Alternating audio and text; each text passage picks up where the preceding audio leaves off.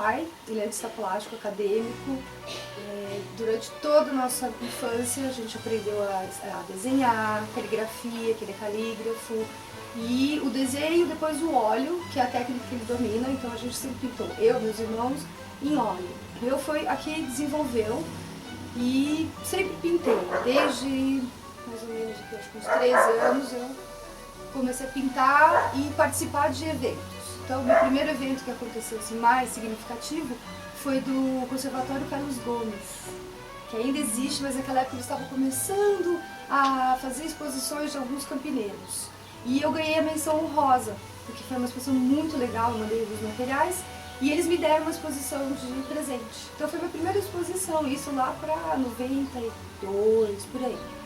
E depois disso continuei a pintar.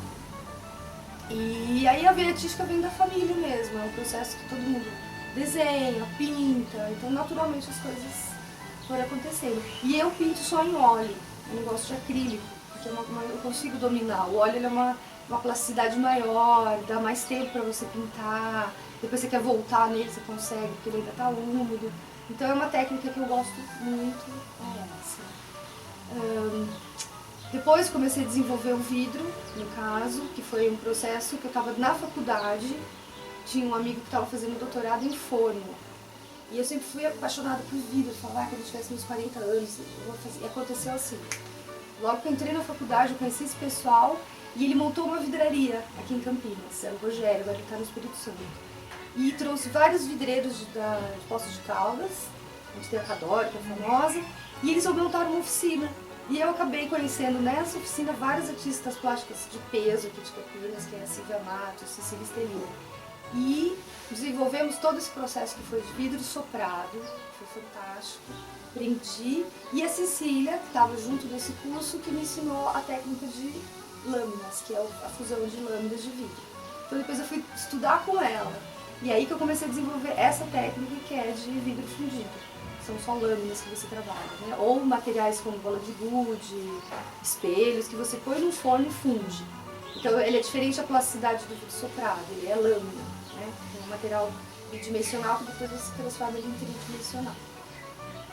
Depois disso, mais um tempo, eu fui estudar na Espanha. Fui para Barcelona, fiquei 1 ano estudando só vidro soprado. E de lá pulei para Murano, fazer sopro também, que a gente tinha uma turma lá de vidros e resolveram fazer um ateliê em Murano, que tinha uma pessoa já que estava lá. Aí fiquei 3 meses em Murano também, aí foi só sopro. Só que daí muitas das minhas peças, elas se remetem ao sopro, porque eu gosto do...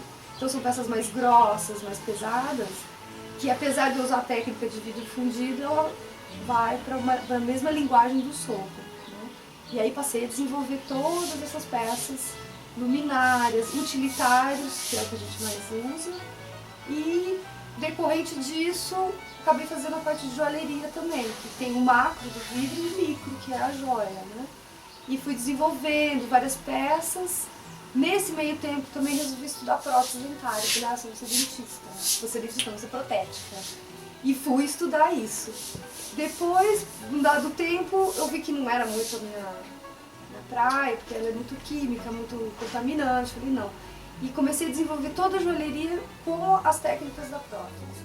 E aí que surgiu toda essa fundição, que é uma segunda fundição, que no caso é das plantas, dos bichinhos.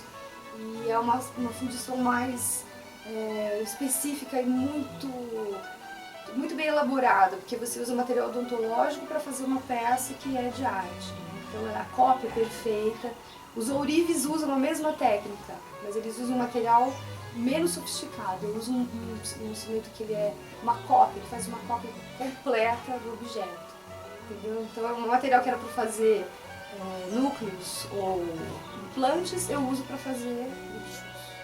Então é um material bem sofisticado. É uma exposição que eu fiz aqui mesmo na Casa da Mata e foram vários óleos em óleo. Então ela é em óleo e eu procurei pegar assim só o significativo do olho mesmo. Às vezes tem algumas que tem um pouco do nariz e tal, mas enfim, é uma técnica de óleo e como é óleo, ele reduzido, você tem que olhar bem a distância para você focalizar melhor, né? Então essa é uma das técnicas que eu gosto de trabalhar. Eu me identifico mais do que a aquarela, né? E